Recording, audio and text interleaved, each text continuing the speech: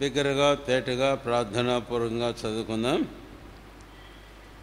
ఇది యెహోవా నియామక కాలములు. నియమించిన కాలములను బట్టి మీరు చాటింపవలసిన పరిశుద్ధ సంఘపు దినములు ఇవి. మొదటి నెల 14వ దినమున సాయంకాలమందు యెహోవా పస్కా పండుగ జరుగును అని ప్రార్థన చేసుకుందాం. ప్రియమైన మా తండ్రి, సాయంకాలం ఈ వాక్యం చుట్టూ మేము చేరి రావడానికి మాకు అనుగ్రహించిన ఈ మంచి అవకాశానికై మీకు స్తోత్రాలు. ఆన్లైన్లో కనెక్ట్ అయిన మా పిల్లలందరిని బట్టి మిమ్మల్ని స్తుతిస్తూ ఉన్నాం. మీ వాక్యమును ధ్యానమును నాకు మా అందరికీ ఎంతో ఆశీర్వాదకరంగా చేయం.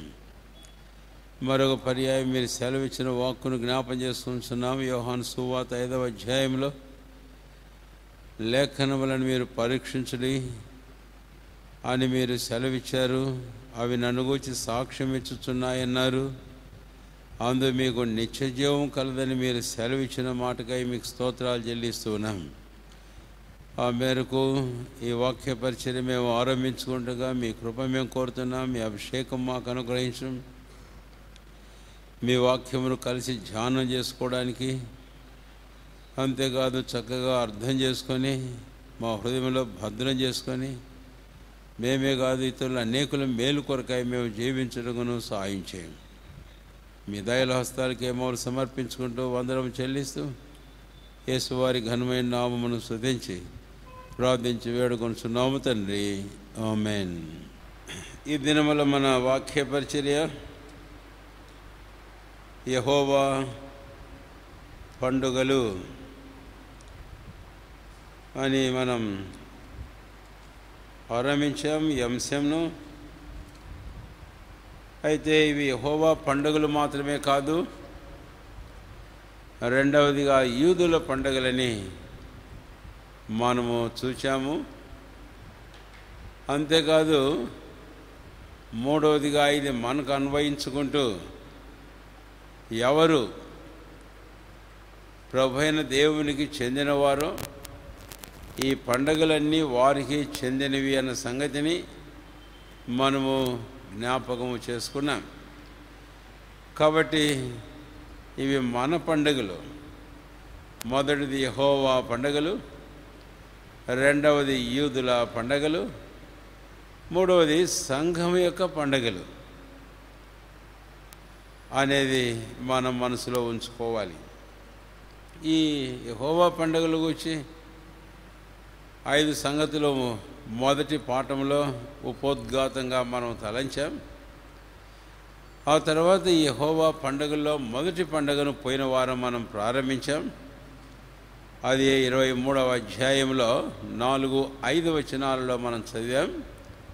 అది పస్కా పండుగ అని మనం ఒక మాట జ్ఞాపకం చేసుకున్నాం. ఈ పండుగల గురించి ధ్యానం చేసేటప్పుడు ఇది మనం గుర్తుంచుకోవాలని. ఏమిటి ఆ సంగతి? ఈ పండుగల యొక్క మూలము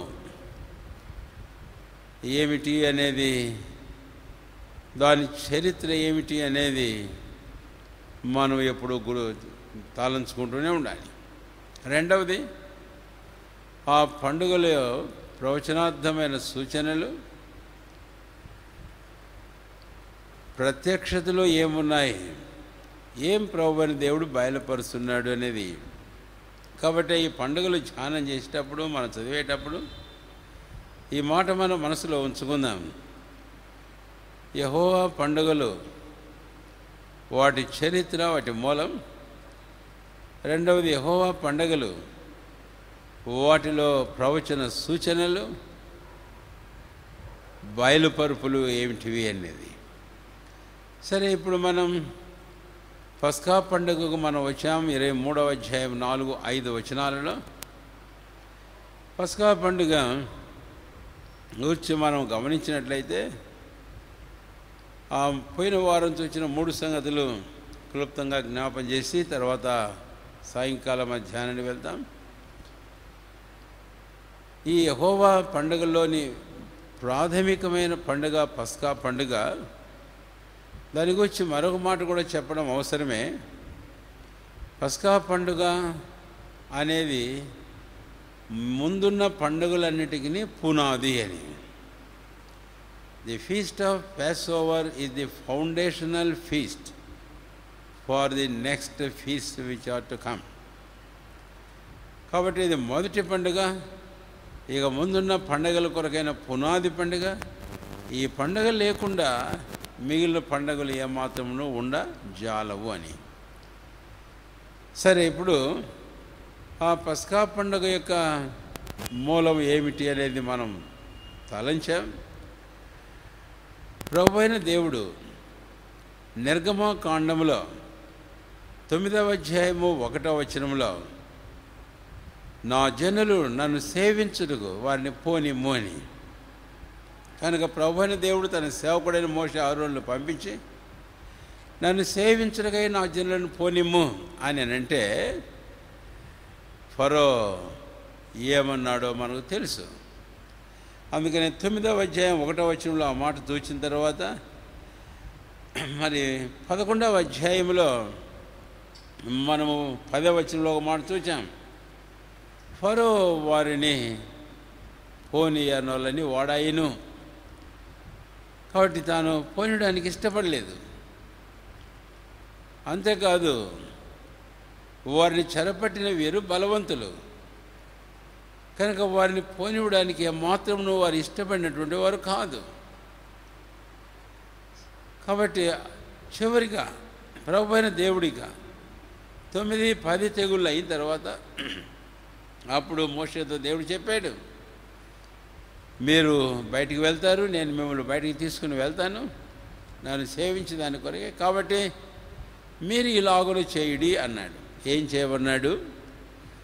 అప్పుడు మనం నిర్గమకాండం 12వ అధ్యాయము 1 నుంచి 14 వచనాలు మనం చెప్పుకున్నాం. ఈ 14 వచనాలలో ప్రభువైన దేవుడు మోషేతో పస్కా గొర్రెపిల్లను గురించి మాట్లాడాడు. కనుక 12వ అధ్యాయము 1 నుంచి 2, 3, 4 వచనాల్లో ఇంకా అలా క్రిందకు వెళితే మీరు మందల్లో నుంచి ఒక గొర్రె పిల్లను కానీ మేక పిల్లను కానీ తీసుకోండి, మగ నిర్దోషమైన గొర్రె పిల్ల కానీ మేక పిల్ల కానీ. ఆ తర్వాత ఏం చేయాలని చెప్పాడు ప్రభువైన దేవుడు. 11వ వచనానికి వచ్చేటప్పటికి నిర్గమకాండం 12వ అధ్యాయం 11వ వచనం అక్కడ ఏమని రాయబడింది? ఇది యెహోవాకు పస్కా బలి, it is the Lord's Passover. ఇక్కడ ఆరంభమైంది. The name Passover hath come here. కనుక దీని మూలం చరిత్ర ఏంటి అంటే చెరగా 400 సంవత్సరములు ఐగుప్తు దేశంలో ఉన్నటువంటి ఇశ్రాయేల్ జనాంగాన్ని సమయము అబ్రహాముతో దేవుడు సెలవిచ్చిన ప్రకారం వచ్చినప్పుడు తన సేవకులైన మోషే అహరోనులను పంపించి ఫరో రాజు ఐగుప్తుతో సెలవిచ్చి చెప్పారు. ఏమని? నా జనులను పోనీ నన్ను సేవించడానికి. అయితే వాడు పోనీలేదు. అదే మనం చూసాం 10వ అధ్యాయం 11వ వచనంలో. దాని పర్యవసానమే ప్రభువైన దేవుడు 12వ అధ్యాయంలో 11వ వచనంలో ఇలాగా మీరు చేయమని అన్నప్పుడు వారు ఆచరించినటువంటి ఆ ఆచారానికి పస్కా అని పేరు వచ్చింది. పస్కా పండుగ అని. సరే, దీని విషయం మనం ప్రవచనము సూచన తర్వాత బయలుపరుపునకు మనం కూడా వచ్చినప్పుడు మన విషయమై మనం చూచాం. ఈరోజు మానవులు ఈ లోకమని ఐగుప్తు, లేక ఐగుప్తుని లోకంలో, ఐగుప్తుని పాపంలో, అంతేకాదు ఐగుప్తు రాజైన ఫరో సాదృశ్యంగా ఉన్న సాతాను యొక్క చెరలో మనం బంధించబడిన వారు వాళ్ళ సంగతి జ్ఞాపం చేసుకున్నాం. అయితే ప్రభువైన దేవుడు మనం ఇలాగా బంధించబడి ఉండడం ఏమాత్రం ఇష్టం లేదు. అందుకనే ఈ విషయంలో కూడా కాలం పరిపూర్ణమైంది. నాడు ఆదికాండం 15వ అధ్యాయంలో 13వ వచనంలో ప్రభువైన దేవుడు ఇశ్రాయేలు జనాంగమును గూర్చి అబ్రహాముతో సెలవిచ్చాడు. 400 సంవత్సరాలు వారు అక్కడ ఉంటారు, తర్వాత నేను వారిని బయలుదేరి చేస్తారని. ఆ కాలం వచ్చినప్పుడు ప్రభువైన దేవుడు తన కార్యమును ఆరంభించాడు. అలాగనే గలతీ పత్రిక 4వ అధ్యాయం 4వ వచనానికి మనం వచ్చినట్లయితే అందున్న ప్రవచనం సూచన, అందున్నటువంటి బయలుపరుపు ప్రత్యక్షత ఏమిటి అనేది మనం గమనిస్తే, కాలము పరిపూర్ణమైనప్పుడు దేవుడు తన కుమారుని పంపాడు. ఎందుకు? ఆయన మనలను ఐగుప్తు, ఈ లోకము, పాపము, లోకాధికారం నుంచి మళ్ళీ విడిపించడానికి. ఆ సందర్భంగా నేను 2-3 వాక్యాలు మీకు జ్ఞాపం చేశాను. మళ్ళీ అవన్నీ జ్ఞాపం చేయడం లేదు. ఒకటి, యోహాను సువార్త 8:34, పాపం చేయవాడు ఎవడోడు పాపానికి దాసుడు. తర్వాత రెండవది గలతీ పత్రిక 1వ అధ్యాయం 4వ వచనంలో మనం చూస్తే లోకమునకు మనం దాసులుగా ఉన్నామనే సంగతి మనకు అర్థమవుతుంది, మనకు విడుదల అవసరం. ఆ తర్వాత 2వ తిమోతి 2వ అధ్యాయం 26వ వచనంలో మనం గమనించినట్లయితే సాతాను తన ఇష్టం చొప్పున చెరపట్టారు, ప్రపంచంలో మానవాళి యావత్తును చెరపట్టాడు. కాబట్టి అలాంటి వారి విషయంలో ప్రభువైన దేవుని యొక్క ఉద్దేశం ఏంటి అనేది మనం చూచాం. వారిని విడిపించడం. అందుకనే మనము గమనించినప్పుడు యోహాను సువార్త 18వ అధ్యాయం 8వ వచనంలో యేసే గెత్సేమనీలో పట్టబడుతూ ఉన్నప్పుడు తనను పట్టుకొని వచ్చిన వారితో ఆ మాట అన్నాడు, వీరిని పోనీడి. ఎవరితో అన్నాడు? తను పట్టుకోవడానికి వచ్చిన వారితో. అయితే కేవలం ఆ మాట మనుషులతోనే కాదు. ఆ సందర్భంలో లూకా సువార్తికుడు రాస్తూ ఏమంటాడంటే, ఇది మీ గడియయు అంధకార సంబంధమైన అధికారమును అన్నాడు. అంటే యేసుప్రభు వారు ఏం చెబుతున్నాడు? ఎవరితో చెబుతున్నాడు? వీరిని పోనీయుడి అని అంధకార సంబంధమైన అధికారంతో చెబుతున్నాడు. వాడెవడు? వాడు ఐగుప్తు రాజైన ఫరోకు వలె బలవంతుడే. అందుకనే మత్తయి సువార్త 12వ అధ్యాయం 29వ వచనంలో మనం గమనించినట్లయితే యేసు ఒక మాట చెప్పాడు, బలవంతుడైన వాని మొదట బంధించితేనే కానీ వాని ఇంట ఉన్న సామాగ్రిని దోచుకోలేడు.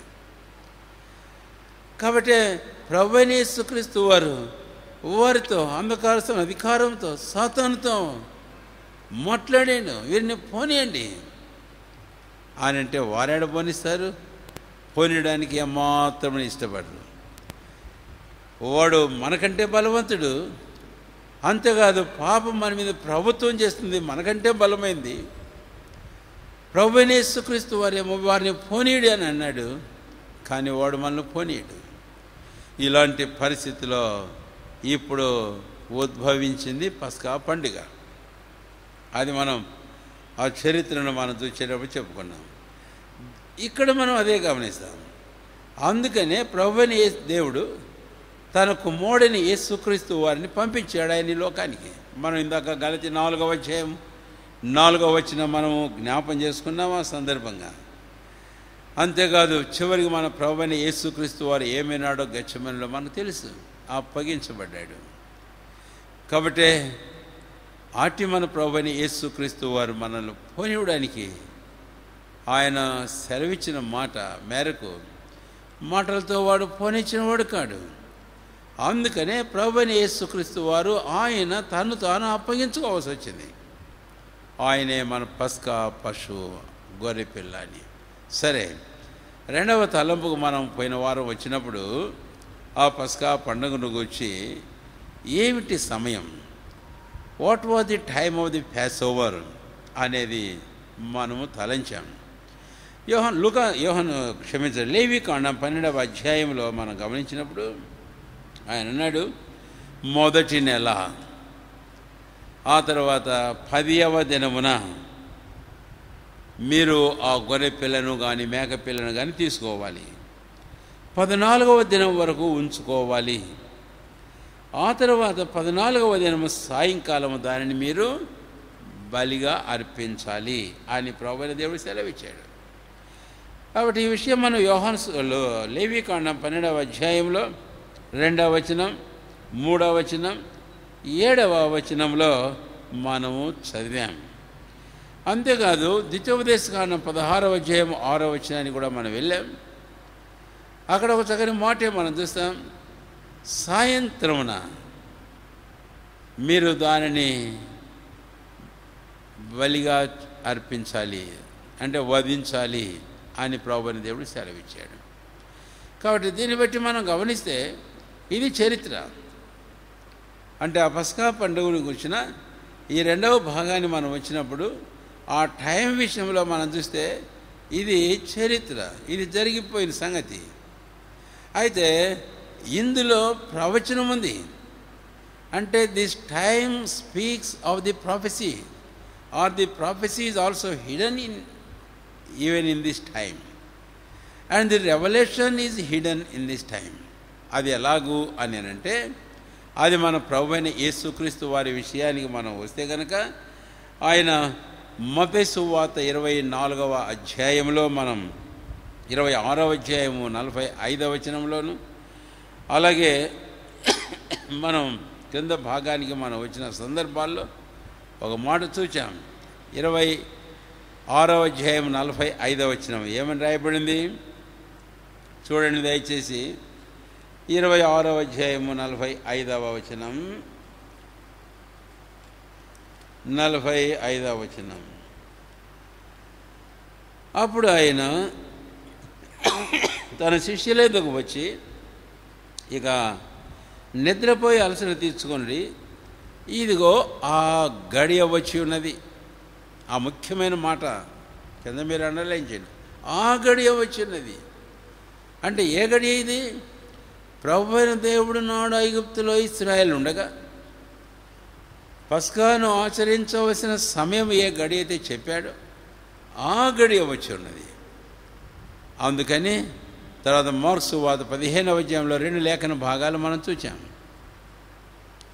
ఆ లేఖన భాగంలో ప్రభువైన యేసుక్రీస్తు వారు ఆయన 10వ దినమున యెరూషలేమునకు రావడం, ఆ తర్వాత 14వ దినం రాత్రి ఆయన పస్కాను తన శిష్యులతో ఆచరించడం, వెంటనే గెత్సేమనేకు వెళితే ఆ రాత్రి వారు ఆయన్ను పట్టుకోవడం, తీసుకుని వెళ్ళి రాత్రంతా ఆయన్ను విచారించి విమర్శించిన తర్వాత ఆయనకు మరణ తీర్పును విధించేప్పుడు ఉదయం 9 గంటలకు ప్రభువైన యేసుక్రీస్తు వారిని సిలువ వేశారు.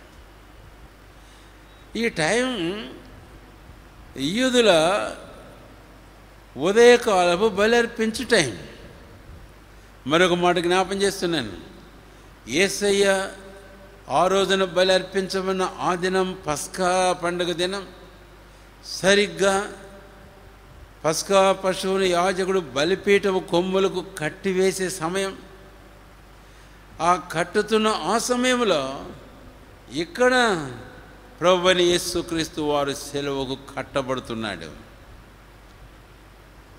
ఆయన తర్వాత ఆయన్ను మేకులతో కొట్టి సిలువకు అలాగ నిలబెట్టినప్పుడు అక్కడ నుంచి దాదాపు 6 గంటల సమయం, ఉదయం 9 నుంచి సాయంకాలం 3 గంటల వరకు. ఆ సందర్భంలో మనం గమనిస్తే అది యూదులు సాయంకాలం బలి అర్పణ సమయం. అప్పుడు ప్రభువైన యేసుక్రీస్తు వారు సిలువలో తన ప్రాణాన్ని బలి అర్పించాడు. కాబట్టి సరిగ్గా యాజకుడు ఆ పస్కా పండుగ దినాన తేబడిన ఆ పస్కా పశువులను బలిపీఠం కొమ్ములు కట్టివేసే సమయంలో ప్రభువైన యేసుక్రీస్తు వారిని సిలువ కొడుతున్నారు మేకులతో. అలాగూ ఉదయం 9 గంటల నుంచి మధ్యాహ్నం 12 గంటల వరకు, ఆ తర్వాత మధ్యాహ్నం 12 గంటల నుంచి 3 గంటల వరకు చీకటి. ఆ 3 గంటల సమయంలో ఆయన కేక వేసి తన ప్రాణం విడిచాడని దేవుని వాక్యంలో మార్కు సువార్త 15వ అధ్యాయంలో జ్ఞాపం చేస్తారు, రాశాడు. కాబట్టి చూచారా ఎలాగా ప్రాఫెసీ ప్రవచనం అలాగే బయలుపరుపు అనేది అక్కడ కనపడుతూ ఉందో అని. మన ప్రభు ఖచ్చితంగా ఆ ప్రకారమే. అందుకనే వాక్యంలో మనకు మాట చూస్తాం. పౌలు అపోస్తలుడు ఒక మాట అంటాడు 1 కొరింథీ 15వ అధ్యాయం 3వ వచనంలో, లేఖనముల ప్రకారం క్రీస్తు మన పాపల కొరకై మృతి పొందెను, ఆయన లేఖనముల ప్రకారము సమాధి చేయబడెను, లేఖనముల ప్రకారం ఆయన 3వ దినమున తిరిగి లేచాడు. కాబట్టి ఇది సమయం. 118వ కీర్తన 27వ వచనంలో ఇందాక నేను ఒక మాట వాడాను, బలి పశువును బలిపీఠపు కొమ్ములకు కట్టుడి అనేది. అక్కడ మీరు 4 వచనాలు మీరు జాగ్రత్తగా చదివితే మనకి ఇంకా చక్కగా ఈ సంగతి అర్థమవుతుంది. అంతేకాదు ఇలాంటి పరిస్థితుల్లో మనం ఏం చేయాలనో అనేది కూడా మనకు తేటగా అర్థమవుతుంది. ఇది యెహోవా ఏర్పాటు చేసిన దినం, దీని యందు మనం ఉత్సహించి అంటే the day and the time is the day and time which God had appointed. ప్రభువైన యేసుక్రీస్తు వారి దగ్గర నుంచి వెనక్కి వెళితే నిర్గమ 12వ అధ్యాయంలో మనం చూస్తాం, యెహోవా ఏర్పాటు చేసిన దినం. యూదుల క్యాలెండర్ ప్రకారం మొదటి నెల 10వ దినమును తీసుకొని 14వ దినము బలి అర్పించి ఈ టైం అంతా కూడా ఇది యెహోవా ఏర్పాటు చేసిన దినం. అంటే దేవుని హస్తం దీనంతటి వెనుక ఉంది. ఊరకనే వాళ్ళేదో ఇష్టం వచ్చినట్టు ఏ రోజంటే ఆ రోజు వారు ఆయన సిలువకు అప్పగించిన వారు కాదు. అదంతా వాళ్ళ ఆధీనం లేదు. God is in control even of the day and time and hour of the sacrifice of our Lord Jesus Christ on the cross. కాబట్టి అలాంటి పస్కా పండుగ రోజున ఆ పండుగ ఇప్పుడు ప్రభువైన క్రీస్తు ఆ సమయము సంగతి అంతా నేను మీకు జ్ఞాపకం చేశా. దీని యందు మనం ఉత్సహించి సంతోషించాలి. 118 తర్వాత మీరు చదవండి. ఆ తర్వాత 3వదిగా మరొక తలంపు మనం జ్ఞాపకం చేసుకున్నాం పోయిన వారం. ఆ 3వ తలంపు ఏంటి అంటే, ఆ పస్కా పండుగ రోజున ఇటేమో దేవుని మందిర పర్వతం మీద అర్పించబడుతున్న బలుల రక్తం ప్రవహిస్తూ ఉంటే, అంతేకాదు ఆ రక్తంతో నీళ్లు కలిపారు. ఎందుకంటే రక్తము కాసేపటికి గడ్డగట్టుకుపోతుంది, పారదు. అందుకని ఆ దేవుని మందిర పర్వతం నుంచి ఆ పస్కా పశువుల యొక్క రక్తం క్రిందకు పారునట్లు వారు నీళ్లు కలిపారు. యెహోషువ 9వ అధ్యాయంలో ఆ గిబియోనుల గురించి ఆ మాట అంటాడు, మా దేవుని మందిరం దాని సేవకు బలిపీఠమునకు మీరు కట్టెలు నరుకువారుగాను నీళ్లు చేదువారుగాను ఉందురు అని గిబియోనీయులను పెట్టాడు. ఆ సందర్భం అంతా మళ్ళీ నేను జ్ఞాపం చేయాలా? ఇది రివిజనే. ఆ తర్వాత వాళ్ళు నీళ్ళు తీసుకొచ్చి అక్కడ ఉంచితే ఈ లేవీలు యాజకులు ఆ ప్రవహిస్తున్న ఆ రక్తంలో నీళ్లు కలిపితే నీళ్లు రక్తము ఏకమై ఆ కొండ మీద నుంచి జారిపోతున్నాయి, పారిపోతున్నాయి. నేను ఒక సంగతి జ్ఞాపం చేశాను. ఒక చరిత్రకారుడు జోసెఫస్ అనే యూదా చరిత్రకారుడు ఆ దినాన్ని గూర్చి మరి ఏమంటాడు అనంటే, దాదాపు 20 లక్షల మంది ఆ రోజున పస్కా పండుగ యెరూషలేమునకు వచ్చారు. ప్రభువైన యేసుక్రీస్తు వారు అర్పించబడే ఆ పస్కా పండుగ దినాన దాదాపు 2.5 లక్షల పశువులు బలి అర్పించబడ్డాయి. తర్వాత దాదాపు 60,000 గ్యాలన్ల రక్తం ప్రవహించింది. ఆ తర్వాత నీళ్లు దాంతో కలిపితే ఇంకెంతో. ఇటువైపు మనం గమనించినట్లయితే ఆ సమయంలోనే మన ప్రభువైన యేసుక్రీస్తు వారు ఆయన సిలువలో మేకులతో కొట్టబడి ఆయన నన్నెత్తి నుంచి అరికాలు వరకు యావత్ దేహము రక్తసిక్తమై ఆయన రక్తం యావత్తు స్రవిస్తూ ఉంది.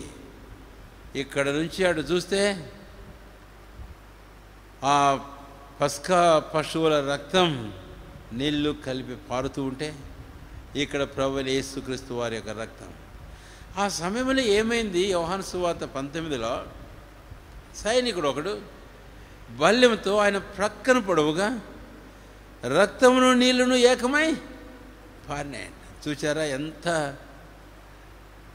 ప్రభువైన దేవుడు చిన్న విషయం కూడా తన స్వాధీనంలో ఉంచుకొని జరిగిస్తూ వచ్చాడన్న విషయం మనం చూస్తాం. కనుకనే ఆ 3వ తలంపు మనం అక్కడ చూచాం. యోహాను సువార్త 19:34 వచనంలో ఆయన ప్రక్కన పొడవుగా రక్తమును నీళ్లను ఏకంగా పారినాయి. అటు చూస్తేనేమో ఈ గొల్గతా కొండకు ప్రక్కనే ఆ పర్వతం మీద దేవుని మందిర పర్వతం నుంచి నీళ్లు రక్తము నీళ్లు పారుతుంటే, ఇక్కడ చూస్తే ఈ గొల్గతా మీద ప్రభువైన యేసుక్రీస్తు వారు ఆయన చిందించిన రక్తము ఆ శిలువ మీద, అంతేకాదు ప్రక్కలోంచి రక్తము నీళ్ళు ఎలాగా ప్రవహిస్తున్నాయో చూడండి. ఇప్పుడు ఇక మన 4వ తలంపుకు మనం వెళ్ళాలి. ఇది రివిజనే. మీరు దీన్ని మళ్ళీ కూడా మీరు వినవచ్చు. తగిన ఏర్పాటు చేశాం కాబట్టి ఆ విషయాలు దయచేసి మీరు తర్వాత చూడండి. ఈ సాయంకాలం 4వ తలంపుకు మనం వద్దాం. 4వ తలంపుకు మనం వచ్చినప్పుడు రండి. మత్తయి సువార్త 27వ అధ్యాయము 50-51 వచనాలు. మత్తయి సువార్త 27వ అధ్యాయము 50-51 వచనాలలో మనం గమనిస్తే ఏమైంది యేసు ప్రభు వారు ఆ రోజున బలిగా అర్పించబడినప్పుడు అనేది మనం చూస్తే కనుక ఇక్కడ మనకు బహు చక్కగా వ్రాయబడింది. అప్పుడు దేవాలయపు తెర పైనుండి క్రింది వరకు 2గా చెరిగాను. ఇప్పుడు దేవాలయపు తెర కాబట్టి మన 4వ తలంపు మీరు ఏమని రాసుకోవాలి అంటే దేవాలయపు తెర అని రాసుకోవాలి. మొదటిదేమో పస్కా పండుగ ఎలాగ ఉద్భవించింది, రెండవదేమో సమయాన్ని, the time of the pass over. ఆ తర్వాత మూడవదేమో ది బ్లడ్, ఆ పస్కా పశువు యొక్క రక్తం, ప్రభువైన క్రీస్తు రక్తం. ఇప్పుడు 4వది ప్రభువైన యేసుక్రీస్తు వారు ఆ పస్కా పండుగ దినాన బలిగా అర్పించినప్పుడు తను తానే ఆలయంలో తెర 2గా ఏమైందంటండి చినిగిపోయిందండి. అసలు ఏమిటి ఈ తెర? ఈ తెరను గురించి మనం గమనించినట్లయితే నిర్గమకాండంలో ఒక చక్కని మాటను మనం చూస్తాం. 40వ అధ్యాయం రండి. నిర్గమకాండం 40వ అధ్యాయము 3వ వచనం. 40వ అధ్యాయము నిర్గమకాండం 3వ వచనం నేను చదువుతున్నాను, మీరు దయచేసి గమనించండి.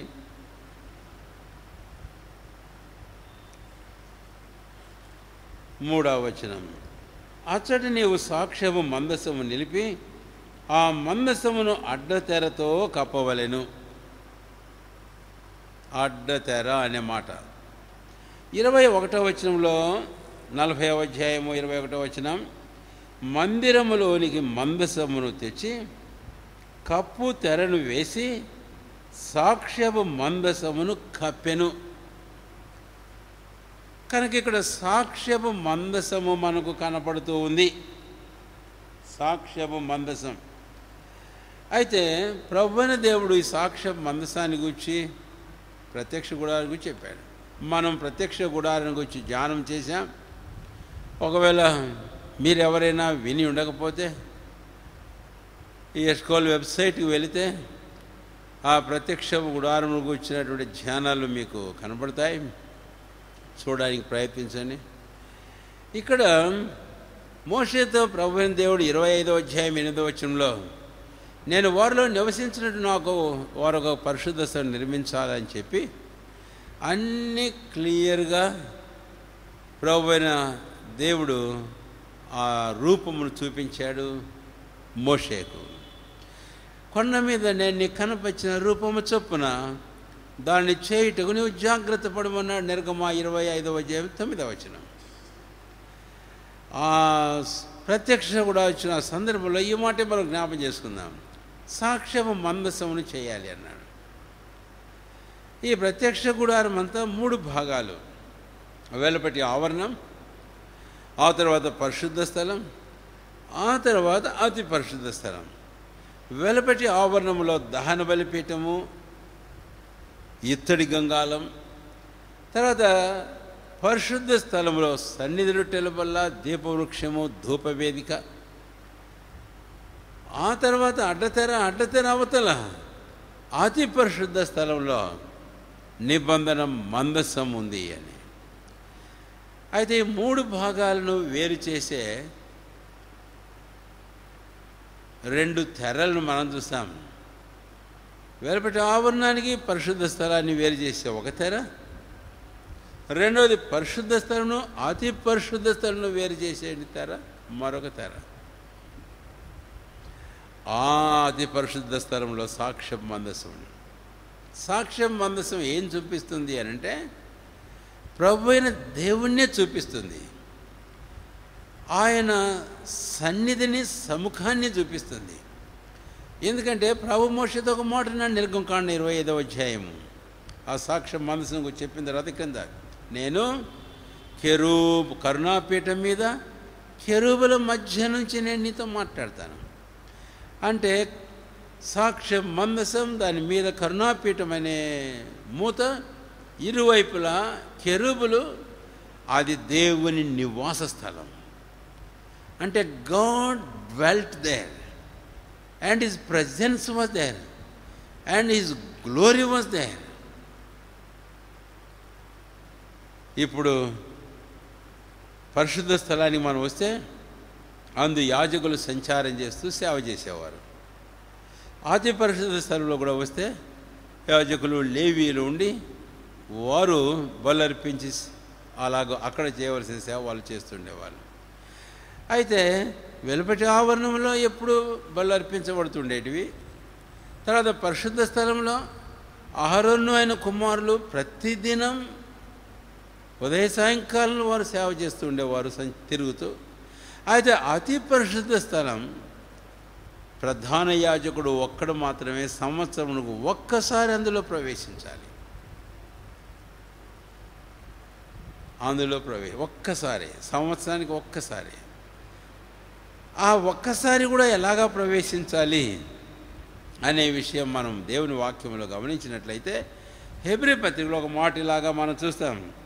రండి దయచేసి 9వ అధ్యాయము 7వ వచనం. హెబ్రీ పత్రిక 9వ అధ్యాయము 7వ వచనం. 9వ అధ్యాయము 7వ వచనం. సంవత్సరములకు ఒక్కసారి మాత్రమే ప్రధాన యాజకుడు ఒక్కడే రక్తము చేత పట్టుకొని రెండవ గుడారములోనికి ప్రవేశించును. ఆ రక్తము తన కొరకును ప్రజల అజ్ఞానకృతముల కొరకును అతడు అర్పించును. అంటే ప్రభు అయిన దేవుడు ఎక్కడైతే ఉన్నాడో, ఆయన సముఖము, ఆయన మహిమ ఎక్కడైతే ఉందో అక్కడికి సంవత్సరానికి ఒక్కసారి మాత్రమే ప్రధాన యాజకుడు వెళ్ళేవాడు. ఇప్పుడు నేను అసలు తలంపు మీకు జ్ఞాపం చేయాలి. మన ముఖ్యమైన తలంపు 4వదిగా తెర కదా, ది వెయిల్.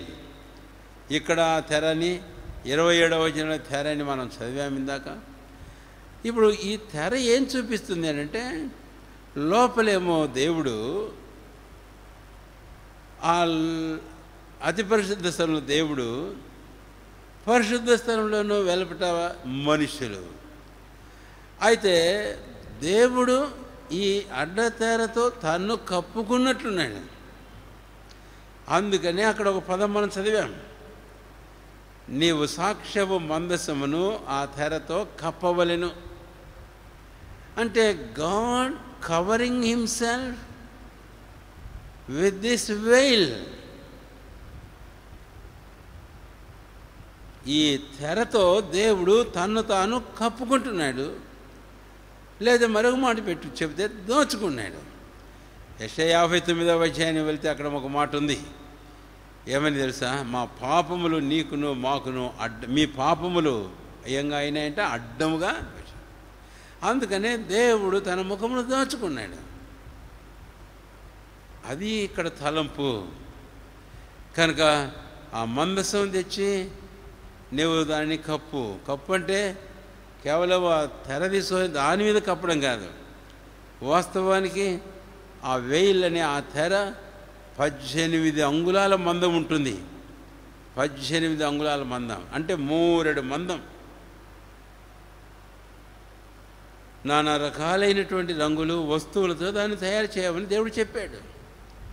3 మందం ఉండే అంటే తెర, అది అడ్డంగా ఉండడం ప్రభువైన దేవుడు ఎలాగా తను దాచిపెట్టుకున్నాడు, కప్పుకున్నాడు అనేది ఇక్కడ అర్థమవుతుంది. నేను మరొక వచనం మీకు జ్ఞాపం చేస్తాను. విలాప వాక్యములు 3వ అధ్యాయము రండి దయచేసి 44వ వచనం. విలాప వాక్యములు 3వ అధ్యాయము 44వ వచనం. ఇక్కడ ఆ పదం మనం ఇందాక వాడిన పదం రావడం మనం చూస్తాం. 3వ అధ్యాయము విలాప వాక్యములు 44వ వచనం. 44వ వచనం. మా ప్రార్థనని యొద్ద చేరకుండా నీవు మేఘము చేత నిన్ను కప్పుకొని ఉన్నావు. కాడి ప్రభువైన దేవుడు మేఘము చేత తను కప్పుకున్నాడట.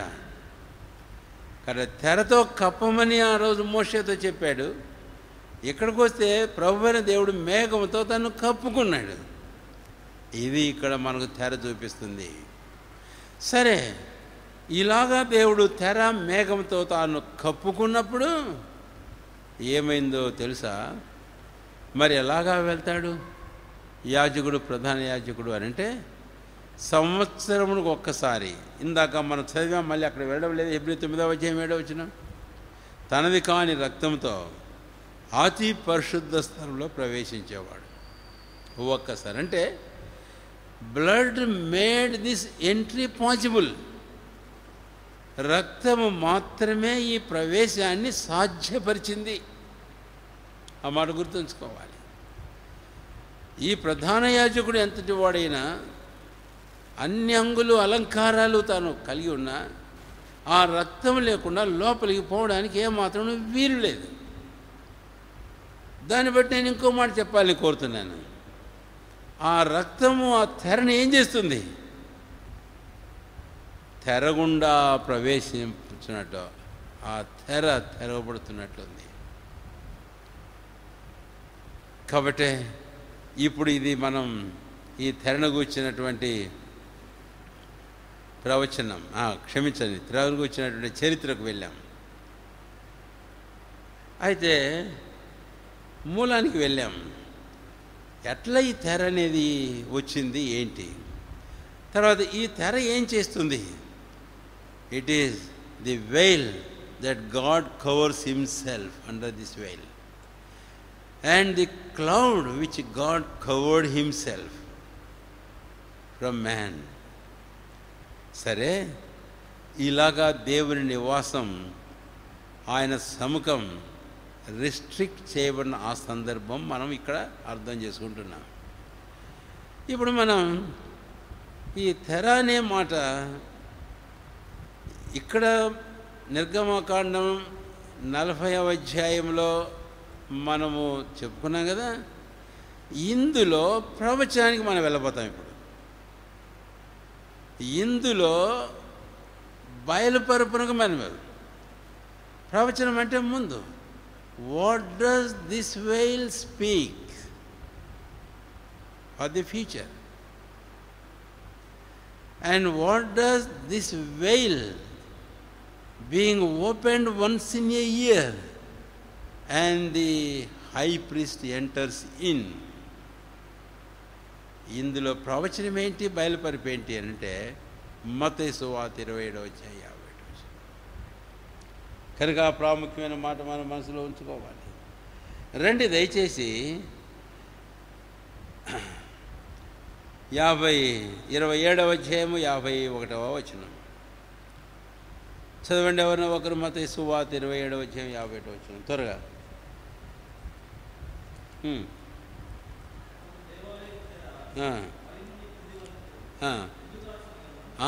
దేవాలయపు తెర పై నుంచి క్రింది వరకు రెండుగా చినిగెను అనే మాట. ఇది ఎప్పుడు చినిగింది అని అంటే ప్రభువైన యేసుక్రీస్తు వారు ఆ పస్కా పశువు ఏ రోజు శిలువలో ఆ కొండ మీద వధించబడ్డాడో ఆ దినాన ఈ తెర చినిగిపోయింది. సంవత్సరానికి ఒక్కసారి ప్రధాన యాజకుడు ఎంటర్ కావడానికి, ఒక్కసారి కాదు, ఇది once for all this veil is being turn, divided into 2. చినిగిపోయింది, రెండుగా విభజించబడింది. ఆ సందర్భంలో హెబ్రీ పత్రిక 9వ అధ్యాయాన్ని వస్తాం. మరొక మాట రండి, 12వ అధ్యాయం. హెబ్రీ పత్రిక 9వ అధ్యాయం 12వ వచనం. అప్పుడు ఏం జరుగుతుంది? తెర చినగగానే 9వ అధ్యాయం హెబ్రీ పత్రిక 12వ వచనం. మేకల యొక్కయు కోడల యొక్కయు రక్తంతో కాక తన స్వరక్తంతో ఒక్కసారే పరిశుద్ధ స్థలంలో ప్రవేశించెను. 24వ వచనం. అందువలన నిజమైన పరిశుద్ధ స్థలమును పోలి హస్తకృతమైన పరిశుద్ధ స్థలంలో క్రీస్తు ప్రవేశింపలేదు, కానీ ఇప్పుడు మన కొరకు దేవుని సముఖమందు పరలోకమందే హస్తకృతమైన పరిశుద్ధ స్థలంలో ప్రవేశించారు ప్రధాన యాజకుడు సంవత్సరానికి ఒక్కసారి. అయితే మన ప్రభువైన యేసుక్రీస్తు వారు అలాంటి హస్తకృతమైనటువంటి ఆలయంలో ఆయన ప్రవేశించలే పరిశుద్ధ స్థలంలో. అయితే ఈయన ఇప్పుడు ఎక్కడ ప్రవేశించాడంటే పరలోకమందు. ఏం చేసి ప్రవేశించాడు? ఆయన మరణం శిలువలో ఆయన చిందించిన రక్తం తెరను చింపేసింది. అందుమూలంగా ఇప్పుడు ఆ ప్రభు మనం 9:12లో 9:24లో కోడలకి గొడ్డ యొక్క రక్తం ద్వారా కాదు, కానీ యేసయ్య తన స్వరక్తము చేతపట్టుకొని అక్కడికి వెళ్ళాడు. అంటే the death and had divided this vial, and the blood of Christ hath made an entry possible into the presence of God. దేవుని సన్నిధానానికి అది సాధ్యపరిచినట్లుగా మనము చూస్తాం. అందుకనే ఈ రోజున మనలో ఏ ఒక్కరమైనా సరే మనకు తెలుసు, బాగా తెలిసిన వచనం హెబ్రీ 10వ అధ్యాయం 19-20 వచనంలో ఒక మాట చదువుదాం. చాలా ప్రాముఖ్యమైన మాట, అది ప్రక్కనే ఉంది. హెబ్రీ 10వ అధ్యాయము 19-20 వచనాలు. సహోదరులారా, యేసు మన కొరకు ప్రతిష్ఠించిన మార్గమున అనగా నూతనమైనదియు జీవము గలదియునైన ఆయన శరీరము అనుతెర ద్వారా ఏర్పరచబడినదియునైన మార్గమున ఆయన రక్తం వలన పరిశుద్ధ స్థలమందు ప్రవేశించుటకు మనకు ధైర్యము కలిగి ఉన్నది. చూసారా? ధైర్యం కలిగి, మనకు ధైర్యం ఉంది. ఇక్కడ 2 పదాలు వాడాడు. ఆయన శరీరం అనే తెర ద్వారా, అంటే యేసుప్రభు వారి శిలువలో తన శరీరం అనే తెరను ఎలాగ చింపాడో, ఆ శరీరం ఎప్పుడైతే చిరిగిందో దేవాలయంలో తెర చిరిగింది. ఎప్పుడు ఆయన ప్రశస్తమైన రక్తం చిందించాడు, ఇప్పుడు ఆ రక్తం ద్వారా అతి పరిశుద్ధ స్థలంలో ప్రవేశం సాధ్యమైంది. అంటే ఆ రోజు ఆలయంలో బాగా గుర్తుంచుకునే మాట, ఇదేదో కథ కాదు. యేసయ్య శిలువ మీద ఆ గొల్గొతా కొండ మీద బలిగా అర్పించబడి చివరి కేక వేసినప్పుడు ఏ యాజకులు ఆలయంలో సేవ చేస్తున్నారో ఆ యాజకులు చూశారు. 18 అంగుళాలు 3 మందం ఉన్నటువంటి ఆ తెర పైనుంచి క్రిందికి చినిగిపోయింది. ఎవరు చింపారు? యేసయ్య దిగొచ్చి ఆయనేం చింపలే, లేదా వీరు పోయి ఎవరు చింపలే. చింపడం మానవునికి సాధ్యం కాదు. 18 అంగుళాల మందం ఉండేటి ఆ తెర చాలా అద్భుతంగా చేయబడిన తెర. మరి ఎవరు చింపారు? ఎలాగా చింపబడింది? అందుకని నేను ఇప్పుడు ఒక మాట జ్ఞాపం చేయాలి. పాత నిబంధన కాలమంతటిలో వారు అర్పించే బలుల రక్తం ప్రధాన యాజకుడు ఒక్కడు సంవత్సరం ఒక్కసారి లోపలికి ప్రవేశించే మార్గం సరళమైందో చెప్పుకున్నాం. అయితే అందులో దాగి ఉన్న ఈ ప్రవచనం, అందులో దాగి ఉన్న ఈ బయలుపరుపు ఏమిటి అంటే, ప్రభువైన యేసుక్రీస్తు వారు తాను అర్పించిన అర్పణం బలి ద్వారా, ఆయన చిందించిన రక్తం ద్వారా ఆ తెర చినిగిపోయింది. కాబట్టి ఇప్పుడు ఎవరైనా ఆ యేసయ్య శరీరం అనే తెర ద్వారా, ఆ యేసయ్య ప్రశస్తమైన రక్తం ద్వారా ప్రభువైన దేవుని సన్నిధికి మనం వెళ్ళగలం. అందుకనే వాక్యంలో మనం చూస్తాం, పౌలు ఎఫెసీయులకు రాస్తాడు 2వ అధ్యాయం 14-16 వచ్చిన ఒక మాట అంటాడు, ఆ ద్వేషమును సంహరించాడు. ఆయన శిలువ ద్వారా, ఆయన శిలువ రక్తం వలన మన ఉభయులను ఏకం చేసి తండ్రితో సమాధానపరిచాడట. అంటే ఆయన సముఖానికి ధైర్యంగా మనం ఇప్పుడు చేరగలుగుతున్నాం. సరే, ఇప్పుడు ఇక్కడ వచ్చిన సాదృశ్యం నేను మీకు జ్ఞాపం చేయాలని కోరుతున్నాను. ఇది మన మనసులో నిలిచి ఉండేదాని కొరకాయ. ఏమిటి ఆ సాదృశ్యము అని అంటే, అసలు ఈ తెర చినిగిపోవడం అంటే ఏంటో ఇప్పుడు నేను మళ్ళీ మీకు జ్ఞాపం చేయకూడుతున్నాను. మనం ఆదికాండం 37వ అధ్యాయానికి మనం వెళితే రండి దయచేసి.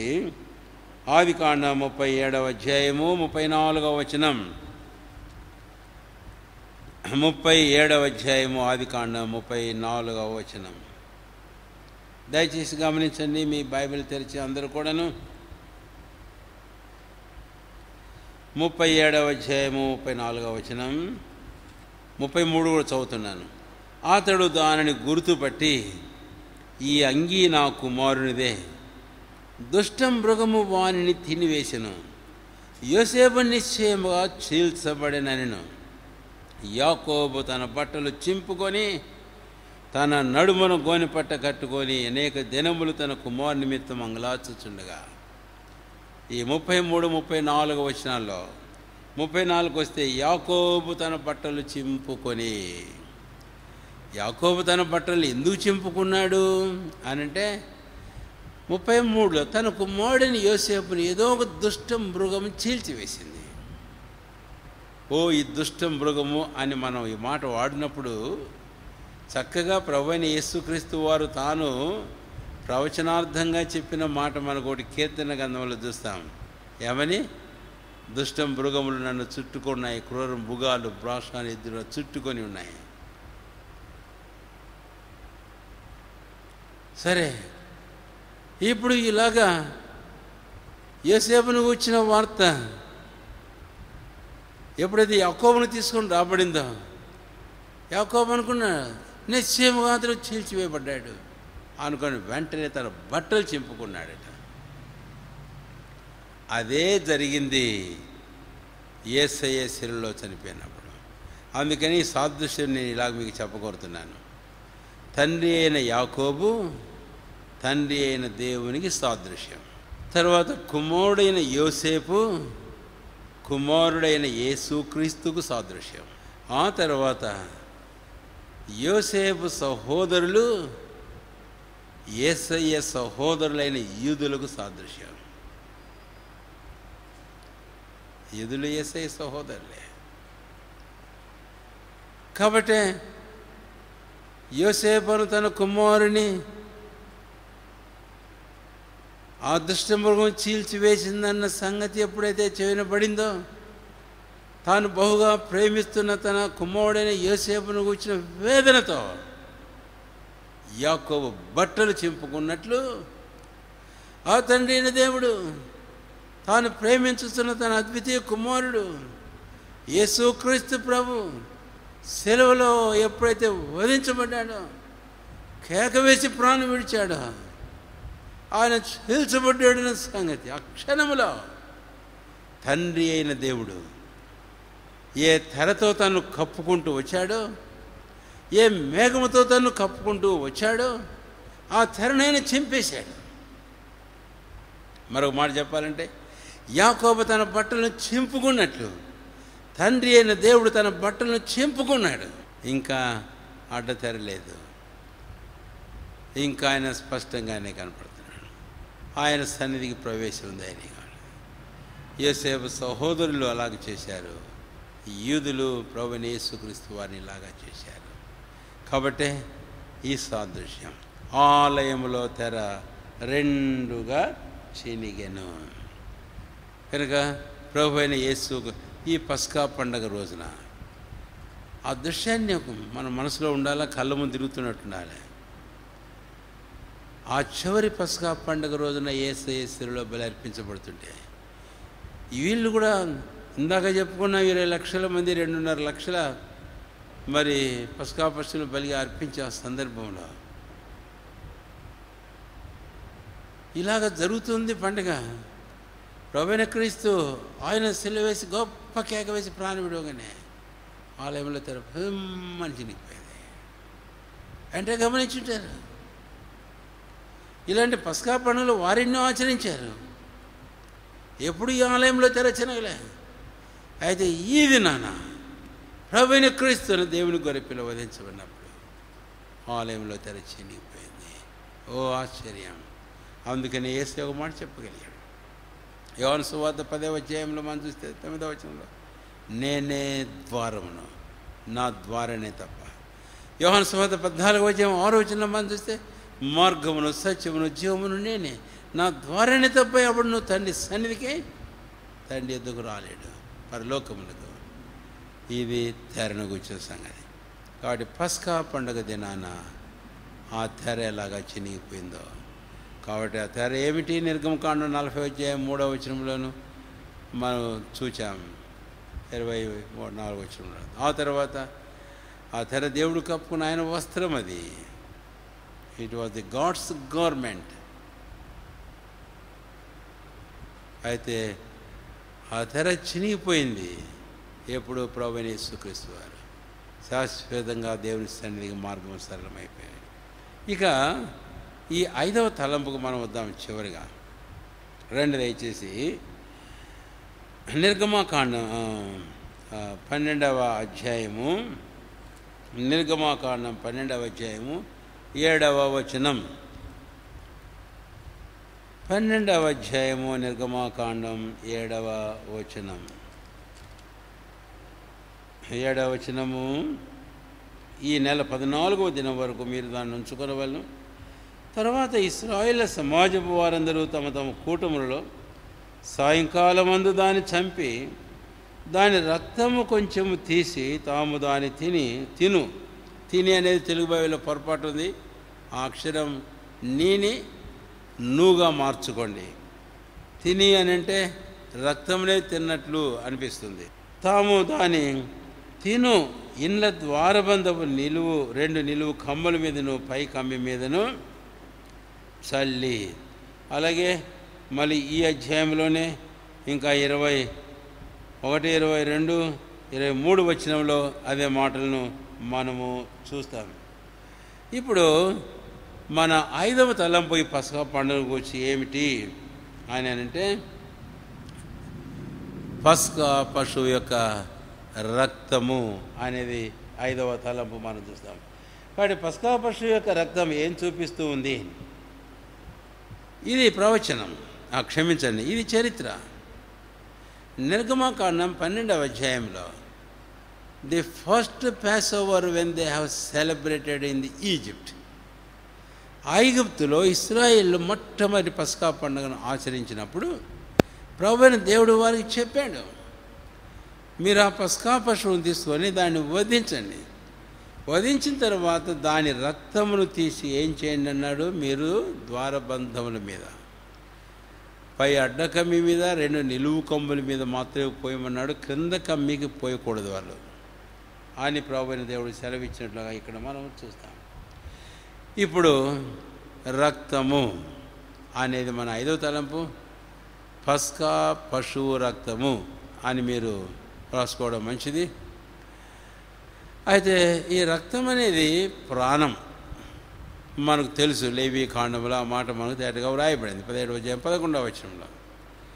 అందుకని ప్రభువైన దేవుడు ఒక మాట చెప్పాడు 12వ అధ్యాయం 7వ వచనంలో, మీరు దానిని చంపి you slay the Passover lamb. 14వ దినం వరకు ఏ పస్కా గొర్రెపిల్ల మీరు ఉంచుకున్నారో ఆ సాయంకాలం మీరు దాన్ని ఏం చేయండి అన్నాడు? వధించుడి అని అన్నాడు. మనం చూస్తాం. ఆ తర్వాత వధించడం ఒకటైతే, రెండవది మీరు వధించినటువంటి ఆ వధింపబడిన పస్కా పశువు యొక్క రక్తముని మీరు తీసుకొని మీ ఇంటి ద్వారబంధముల మీద పోయండి. 2 ద్వారబంధాల మీద, నిలువు కమ్ముల మీద, అడ్డ కమ్మి మీద మీరు పోయండి అన్నాడు. అది 12వ అధ్యాయంలో మనం చూస్తాం. 7 తర్వాత ఇంకా మనం 22వ వచనానికి మనం వెళితే, ఎందుకు ద్వారబంధాల మీద పూయాలి దాన్ని? పస్కా పశువును చంపి దాని రక్తాన్ని ద్వారబంధాల మీద పోయడం ఏంటి? ఒకవేళ తినమంటే ఇంకా బాగుండేదా? తినకూడదు రక్తాన్ని, ప్రభువైన దేవుడు చెప్పాడు. ఎందుకంటే రక్తమే ప్రాణంగానే మీరు రక్తంలో తినకూడదు, ఎప్పుడు తినకూడదు అని చెప్పాడు. మరి సరే, రక్తం తినకపోతే రక్తం నేల పారబోయింది. లేదు, నేల పారబోయవద్దు. ఏం చేయమన్నాడు? మీరు దానిని పళ్ళెములో పట్టి, వినమాట జాగ్రత్తగా, ఆ రక్తం మీరు పారబోదు. అందుకనే 7వ అధ్యాయం 12వ అధ్యాయం 7 తర్వాత 12వ అధ్యాయం 23, 24 వచనాలకు మనం వచ్చినప్పుడు, మీరు దాని రక్తమును పళ్ళెములో పట్టాలి అన్నాడు. ఆ తర్వాత ఆ పళ్ళెములో మీరు పట్టిన పస్కా పశువు రక్తాన్ని మీరు తీసి మీ ఇంటి ద్వారబంధాల మీద వ్రాయండి అన్నాడు. దాని మీద చల్లండి, ఆ రక్తమును ద్వారబంధములు తాకించండి అని అన్నాడు. ఎందుకు తాకించాలి? ఇంట్లో పెట్టుకోండి అని కూడా అనలే, మళ్ళీ చెప్పలే దేవుడు, బయటే పెట్టండి అన్నాడు.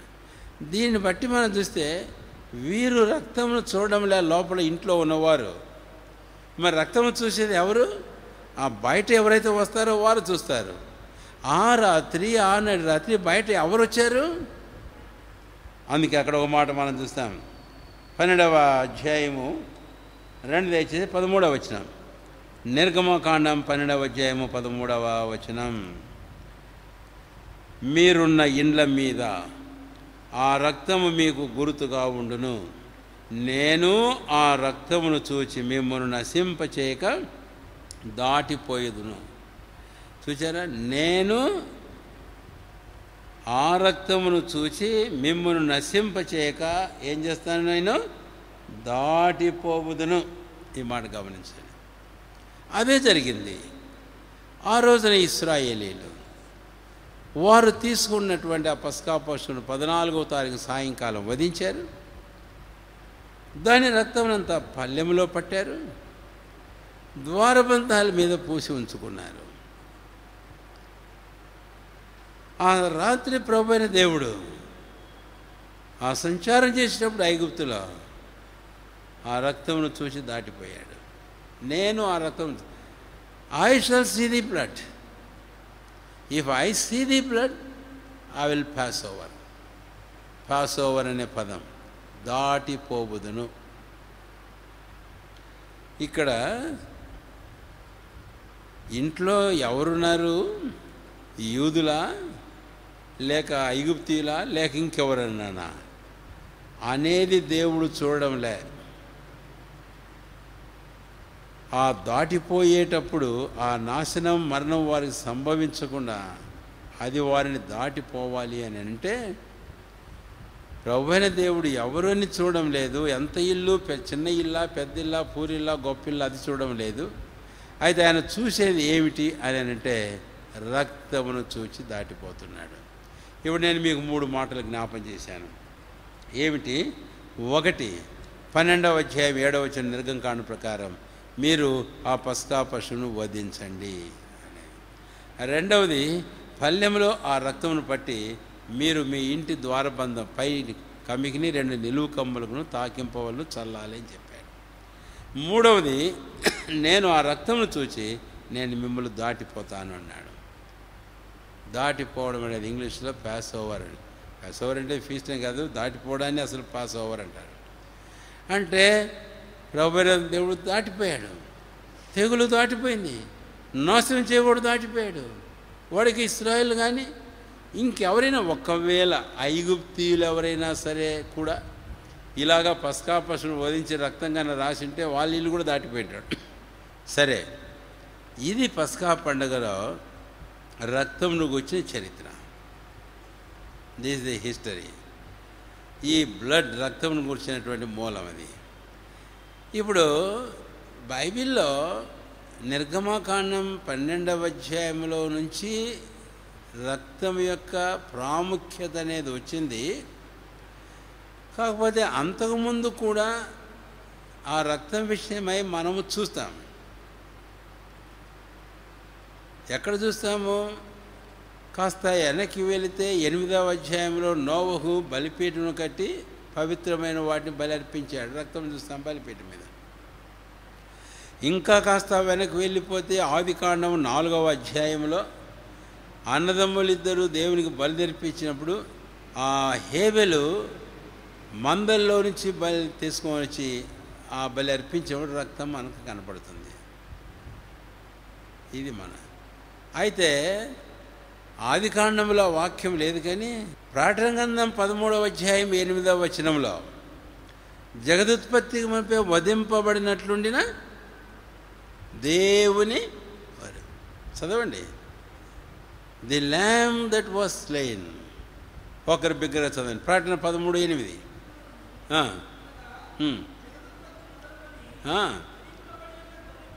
వినడం జగదుత్పత్తి మొదలుకొని వధింపబడినట్టుండిన గొర్రెపిల్ల. ఎవరిది? జగదుత్పత్తికి మనం వెళితే ఆదికాండం 1వ అధ్యాయం, ఆ తర్వాత 27, 28 వచనాల్లో దేవుడు నరులను స్త్రీనిగాను పురుషునిగా చేశాడు. 2వ అధ్యాయంలో తినకూడదని ఆజ్ఞ ఇచ్చాడు. 3వ అధ్యాయానికి వెళ్తే వారు అవిధేచ్ఛ పాపం చేశారు. అప్పుడు దేవుడిని యెహోవాని ఏదెన్లోంచి వెళ్ళగొట్టేటప్పుడు ఏం చేశాడో తెలుసా? వారికి చర్మపు చొక్కాయలను చేయించాడు. ఏం చేయించాడు? వారికి చర్మపు చొక్కాయలు. ఎక్కడి నుంచి వస్తాయి చర్మపు చొక్కాయలు? అక్కడ ఒక బలిని మనం చూస్తాం. కాబట్టి ఈ మాట 13:8లో జగదుత్పత్తి నాడే మొదలే అర్పించబడిన దేవుని గొర్రెపిల్ల. కాబట్టి ఇది పాత నిబంధనలో ఆ రక్తమును వచ్చినటువంటి చరిత్ర ఇది మనం చూస్తాం. ఈ రక్తం యొక్క మూలం ఎక్కడ అని అంటే అక్కడ మనం చూస్తాం. ప్రభువైన దేవుడు అర్పించాడు. The first and foremost sacrifice God only had offered. ఆ తర్వాత హేబెలు, ఆ తర్వాత మనం చూస్తే నోహు, ఆ తర్వాత మనం చూస్తే ఇంకా ఇలాగా వస్తూ వచ్చింది. ఇక నిర్గమకాండం 12వ అధ్యాయాన్ని మనం వచ్చినప్పుడు చూస్తే అక్కడి నుంచి రక్తములకు వచ్చిన ఉపదేశం. ఆ రక్తమును మీరు మీ ఇంటి ద్వార బంధాల మీద పోయారన్నాడు. ఇది చరిత్ర మూలము. ఇప్పుడు మనం ఈ చరిత్ర, ఈ మూలం రక్తం విషయం ఏమైతే ఉందో దాంట్లో నుంచి ప్రవచనం ఏమిటి అనేది, అక్కడ ఆ రక్తంలో ఉన్న బయలుపరుపు ఏమిటి, what is the revelation is hidden or being express now అనేది మనం చూస్తే కొరింథీ మొదటి పత్రిక 5వ అధ్యాయం 7వ వచనం చదవండి. ఎవరైనా ఒకరు దయచేసి. చివరిలో నేనే జ్ఞాపం చేస్తాను, మీరు లేట్ చేస్తే. క్రీస్తు అను మన పస్కా పశువు వధింపబడు. 5వ అధ్యాయము 7వ వచనం చివరి భాగం. క్రీస్తు అను మన పస్కా పశువు ఏమైనాడంటండి? వధింపబడిన. Christ who is our Passover lamb. Yesayya Yohanu సువార్త 1వ అధ్యాయములో ఆ యోర్దాను దగ్గర బాప్తిసమిస్తున్న యోహాను దగ్గరికి రావడం 1:29.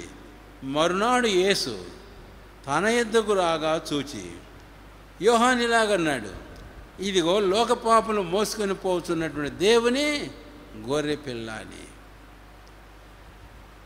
అది ప్రభువైన యేసుక్రీస్తు వారే దేవుని గొర్రెపిల్ల. అయితే ఆ దైవ గొర్రెపిల్ల అలాగే ఉండలే. 1 కొరింథీ 15వ అధ్యాయంలో మనం గమనిస్తే 3వ వచనంలో పౌలు అపోస్తలుడు ఒక మాట అంటాడు, లేఖనముల ప్రకారం క్రీస్తు మన పాపముల కొరకు ఏమైనాడట అంటే Christ died or he was sacrificed, he was slain for the remission of our sin. అది మన ప్రభువైన యేసుక్రీస్తు. 1వ పేతురు 3వ అధ్యాయం 18వ వచనంలో కూడా పేతురు అపోస్తలుడు ఆ మాట అంటాడు, శరీరం అందు శ్రమ పడ్డాడు పాపుల విషయంలో. అంతేకాదు ఆ తర్వాత ఆయన శరీరం అందు చంపబడ్డాడట. ఇంకా పేతురు ఇంకా ఎన్నో సందర్భాలు మనం చూస్తాం ఆందోళన వచ్చి అని. సరే, ఇప్పుడు చంపబడిన ఆ ప్రభువైన యేసుక్రీస్తు వారు వధించబడినది. చంపబడిన దానికంటే ఈ పదం వాడడం మంచిది. ప్రకటన గ్రంథంలో మనం 5వ అధ్యాయము 9, 10 వచనాలకు వెళితే ఆ 24 పెద్దలు ఈ మాట అన్నారు, నీవు వధింపబడిన వాడవై. మనం చూసాం కదా నిర్గమకాండం 12వ అధ్యాయం 7వ వచనంలో దాన్ని వధించి, ఇదిగో ఇప్పుడు మన ప్రభువైన యేసుక్రీస్తు వారు వధించి. ఇది ప్రవచనం అందులో దాగి ఉంది. అంతేకాదు ఇప్పుడు మనం గమనించినట్లయితే ఆ ప్రభువైన యేసుక్రీస్తు వారి రక్తాన్ని గురించి మనం చూస్తాం. నేను ఆ రక్తమును చూచి దాటిపోదును అని అన్నాడు.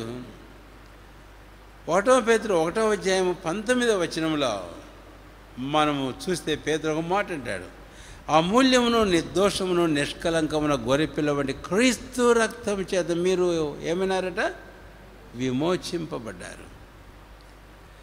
కాబట్టి ప్రభువైన దేవుడు ఈ రక్తాన్ని చూచి విశ్వసించే వారికి విమోచనం తీసుకొని వచ్చాడు. నేను ఇక్కడ వచ్చిన మాట జ్ఞాపం చేస్తాను, దయచేసి జాగ్రత్తగా వినండి. ఏమిటది అని అంటే, పాత నిబంధనలో ప్రధాన యాజకుడు సంవత్సరంలో ఒక్కసారి ఆ రక్తం చేతపట్టుకొని లోపలికి వెళ్ళినప్పుడు ఏం చేస్తాడో తెలుసా? ఆ రక్తమును లో వేలు ఉంచి ఆ కరుణాపీఠం మీద కెరూబుల మధ్య చిలకరిస్తాడు. రక్తం అంతా కాదు, కొంచెం. కరుణాపీఠం మీద కెరూబుల మధ్య రక్తం వచ్చింది అంటే ఆ కరుణాపీఠం మీద ఏం కనపడుతుంది? రక్తం కనపడుతుంది. కాబట్టి ప్రభువైన దేవుడు నిరంతరము ఆయన కరుణాపీఠం మీద రక్తమును చూస్తూనే ఉన్నాడు. ఈరోజు ఆ కరుణాపీఠం ఏంటో కాదు, రోమీయులు రాసిన పత్రిక 3వ అధ్యాయంలో మనం చూస్తే 26వ వచనంలో ఆయనను కరుణాధారముగా బయలుపరిచాడు. ఆధారము అంటే పీఠే, కరుణ ఆధారం, కరుణాపీఠ. ఇప్పుడు ప్రభువైన యేసుక్రీస్తు వారి శిలువలో ఆయన బలి అర్పించుకున్నప్పుడు God the Father beholding the blood of Christ Jesus his Son always, తండ్రి అయిన దేవుడు ఎల్లప్పుడూ తన కుమారుడు యేసుక్రీస్తు యొక్క రక్తమును ఆయన చూస్తున్నాడు. అంతేకాదు, ఇందాక మనం ఒక మాట చదివాం, ఫిబ్రవరి 9:24 ఆయన తన స్వరక్తము చేతపుచ్చుకొని పరలోకంలో తండ్రి సముఖమును ప్రవేశించాడట. ఆ రోజు ఆ ప్రధాన యాజకుడు లోపల ప్రవేశించి రక్తం చిలకరించాడు. ఈ గొప్ప ప్రధాన యాజకుడు హెబ్రీ 4:14 ఆకాశం మండలం గుండా వెళ్ళిన దేవుని కుమారుడని యేసును గొప్ప ప్రధాన యాజకుడు. ఆయన తన స్వరక్తం తీసుకొని పరలోకంలో దేవుని సముఖమును ప్రవేశించి చిలకరించాడు. కాబట్టి తండ్రి అయిన దేవుడు ఏం చూస్తున్నాడు ఇప్పుడు తెలుసా? తన కుమారుని యొక్క రక్తాన్ని నిరంతరం చూస్తూనే ఉన్నాడు. నేను ఆ రక్తమును చూచి అన్నమాట. సరే, ఇప్పుడు తర్వాత మాటకు వెళితే ఇది దాగి ఉంది అందులో. ఆ తర్వాత మనం చూస్తే నేను ఆ రక్తం చూచి ఏం చేస్తానన్నాడు? ఇప్పుడు చెప్పండి. దాటిపోవుదును. ఆ మాటకే నేను 1 పేతురు 1వ అధ్యాయం 19 జ్ఞాపం చేశాను. ఆ రక్తం చేత మనం మీరు విమోచింపబడితే, అమూల్యమైన రక్తం వచ్చింది. కాబట్టి మనకు విడుదల, విమోచనం అంటే మన నాశనం చేయవాడు దాటిపోయాడు మన మీద. తర్వాత పాపము దాటిపోయింది, మరణం దాటిపోయింది. మనం పాట పాడుతూ ఉంటాం కదా, నశింపజేయ దూత ఏమైనాడంటే వాడు దాటిపోయాడని. ప్రభు అయిన దేవుడు ఆ కుమారుని రక్తం చూసి ఆయన దాటిపోతున్నాడు. I will pass over. కాబట్టి ఇది ప్రవచనం. ఈ బయలుపరుపు ఆ పస్కా పండుగలో ఆ రక్తం అనే 5వ తలంపు మనం చూసామే, అందులో మనం చూసాం. అది చరిత్ర అయితే ఇదేమో ప్రవచనం, అది మూలమైతే ఇదేమో బయలుపరుపు. ఈ రోజున అదేంది. ఇప్పుడు మనం ముగింపునకు రాబోతాం ఈ సాయంకాలం బైబిల్ స్టడీకి. ఇక్కడ నేను మీకు జ్ఞాపం చేయ ముఖ్యమైన మాట దయచేసి గమనించాలి. ఇశ్రాయేలుతో ప్రభువైన దేవుడు చెప్పాడు, ఆ పస్కా పశువు రక్తం మీరు పళ్ళెంలో పట్టాలి, పళ్ళెంలో పట్టి ఇంట్లో పెట్టుకోండి. ఒకవేళ ఎవడైనా పస్కా పశువును వధించి పళ్ళెంలో బట్టి ఇంట్లో కానీ పెట్టుకొని కానీ ఉంటే, అమ్మో ఈ పస్కా పశువు రక్తం నిర్దోషమైన మగ్గొర్రె పిల్ల రక్తం, కాబట్టి ప్రభువైన దేవుడు చెప్పాడు దీన్ని వధించి పల్లెంలో పట్టమని, ద్వారబంధాల మీద ఎట్ట పుస్తాం, అమ్మో పోయకూడదు అని చెప్పేసి వాడు పల్లెంలో కానీ ఇంట్లోనే పెట్టుకొని కానీ ఉండింటే ఏమైంది? ఇది ఏమైంటుంది చెప్పండి? ఏమైంటుంది? వాడు ఇశ్రాయేలీయుడే, వాడు పస్కా పండుగను ఆచరించాడు, పస్కా పశువు వధించబడింది ఇంట్లో ఉంది, వారు ఇక కాల్చుకొని తింటారు, కానీ రక్తం కూడా పల్లెంలో ఇంట్లోనే పెట్టుకున్నాడు. ఏమైనా ఉందా చూడడానికి ద్వారబంధాల మీద? నేను రక్తమును చూసి దాటిపోతాను. అయితే ఇంట్లో పస్కా పశువు వధించబడి ఉంది, రక్తం పల్లెంలో ఉంది, కానీ దేవుని కనపడడం లేదు ద్వారబంధాల మీద. మరి ఏం జరిగింటుంది? ఆ ఇంట్లో కూడా తొలి చచ్చింటుంది అంతే. కాబట్టే ఈ ప్రాముఖ్యమైన మాట, రక్తము పళ్ళెంలో ఉంచుకోవడం కాదు, ఆ రక్తమును తీసి ద్వారబంధాల మీద చల్లాలి, తాకించాలి. అలాగనే ఈరోజు మనం గమనించినట్లయితే మన జీవితంలో కూడా ఆ రక్తం పళ్ళెంలో ఉంటే చాలదు, కానీ ద్వారబంధాల మీద పూయాలి అని. రండి దయచేసి మరొక మాట మీకు జ్ఞాపం చేస్తాను. హెబ్రీ పత్రిక 12వ అధ్యాయం 24వ వచనం. అందరికీ బాగా పరిచయమైన వచనం ఇది.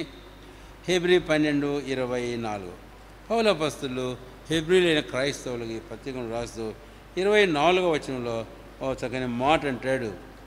రండి, క్రొత్త నిబంధనకు మధ్యవర్తి అయిన యేసునొద్దకును హేబెల్ కంటే మరి శ్రేష్టముగా పలుకు ప్రోక్షణ రక్తమునకును మీరు వచ్చి ఉన్నారు.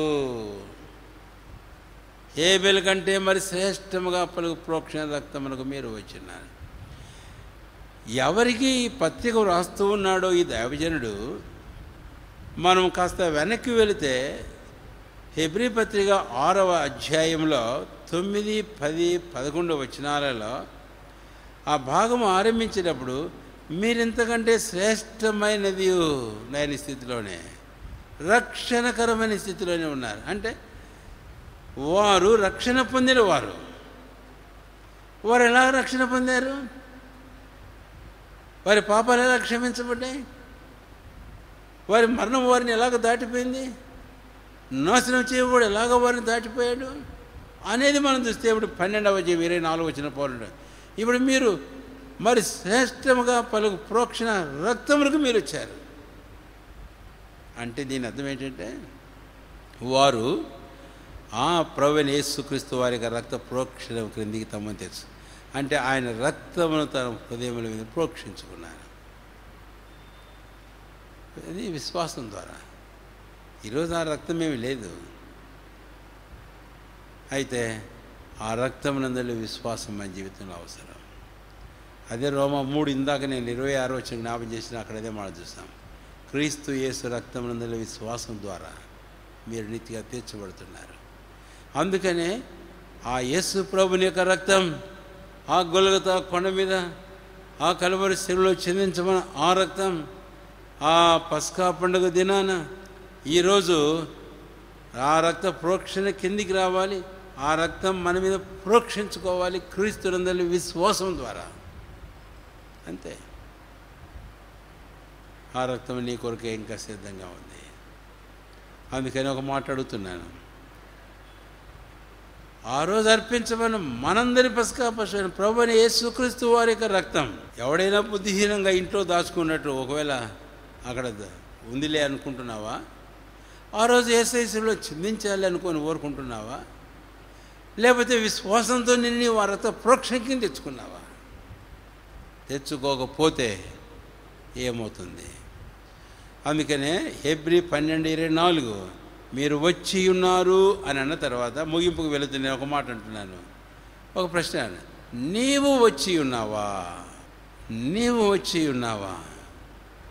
ఒకవేళ నీవు ఇంకా రాకపోతే ఏం చేస్తున్నావో తెలుసా? హెబ్రీ పత్రిక 10వ అధ్యాయం దయచేసి 29వ వచనం. హెబ్రీ పత్రిక 10వ అధ్యాయం 29వ వచనం నేను చదువుతున్నాను. ఇట్లుండగా దేవుని కుమారుని పాదములతో త్రొక్కి తాను పరిశుద్ధపరచబడ సాధారణమైన నిబంధన రక్తమును అపవిత్రమైనదిగా ఎంచి కృపకు మూలముగా ఆత్మను తిరస్కరించిన వాడు ఎంత ఎక్కువైన దండనకు పాత్రుడవును. గుర్తుంచుకో, జాగ్రత్త. ఇక్కడ బహు తేటగా వ్రాయబడింది. దేవుని కుమారుని పాదములతో త్రొక్కి తాను పరిశుద్ధపరచబడ సాధనమైన నిబంధన రక్తమును అపవిత్రమైనదిగా ఎంచి కృపకు మూలముగా ఆత్మను తిరస్కరిస్తున్నాం. ఇక్కడ 3 మాటలు ఉన్నాయి. ఈ మాట వినే నీవెవరమైనను నీ వ్యక్తిగత జీవితంలో నేటి వరకు ఆ ప్రభువైన యేసుక్రీస్తు వారి యొక్క ప్రోక్షణ రక్తము క్రిందికి నువ్వు రాకుండా ఉంటే నువ్వేం చేస్తున్నావో తెలుసా? దేవుని కుమారుని నువ్వు పాదములతో త్రొక్కుతున్నావు నీ కాళ్ళతో. రెండవది, నిన్ను పరిశుద్ధపరచు సాధనమైన నిబంధన రక్తాన్ని నువ్వు అపవిత్రమైనదిగా ఎంచుతున్నావు. అమ్మో నేను అనడం నేను ఎప్పుడు అనలేదు, నువ్వు నోటితో ఎప్పుడు అనలేదు, కానీ నీ జీవితంలో నీ నడవడి ద్వారా నువ్వు చూపిస్తున్నావు సంగతి, నువ్వు తేటతెల్లం చేస్తున్నావు. ఇదిగో చూడు, బైబిల్ చెబుతుంది, నీవు ఆ రక్త ప్రోక్షణ కిందకి రాలేదు కాబట్టి నీవు ఆ రక్తమును అపవిత్రమైనదిగా ఎంచుచున్నావు. అంతేకాదు, కృపకు మూలముగా ఆత్మ నీతో మాట్లాడుతూ నేను దర్శిస్తూ నిన్ను హెచ్చరిస్తుంటే, ఆ రక్తాన్ని గుచ్చి ఆ రక్తంను గుచ్చి నిన్ను హెచ్చరిస్తుంటే నీవు కాదని నిరాకరిస్తున్నావు. కృపకు మూలముగా ఆత్మని తిరస్కరిస్తున్నావు. కుమారుని పాదాలతో త్రొక్కుతున్నావు, రక్తాన్ని అపవిత్రమైనదిగా ఎంచుతున్నావు, కృపకు మూలముగా ఆత్మను తిరస్కరిస్తున్నావు. నువ్వేనా?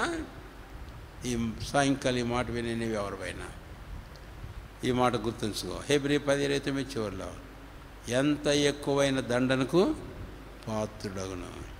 కాబట్టి ఆ దండనకు పాత్రుడు కాకుండా నిమిత్తమై రానేడే విశ్వాసంతో ప్రభువైన యేసుక్రీస్తు వారి నీ పస్కాపశమైన ప్రభువైన యేసుక్రీస్తు వారి ప్రశస్తమైన శ్రేష్టముగా పలుకు ప్రోక్షణ రక్తము క్రిందికి రా, నీవు రక్షించబడతావు.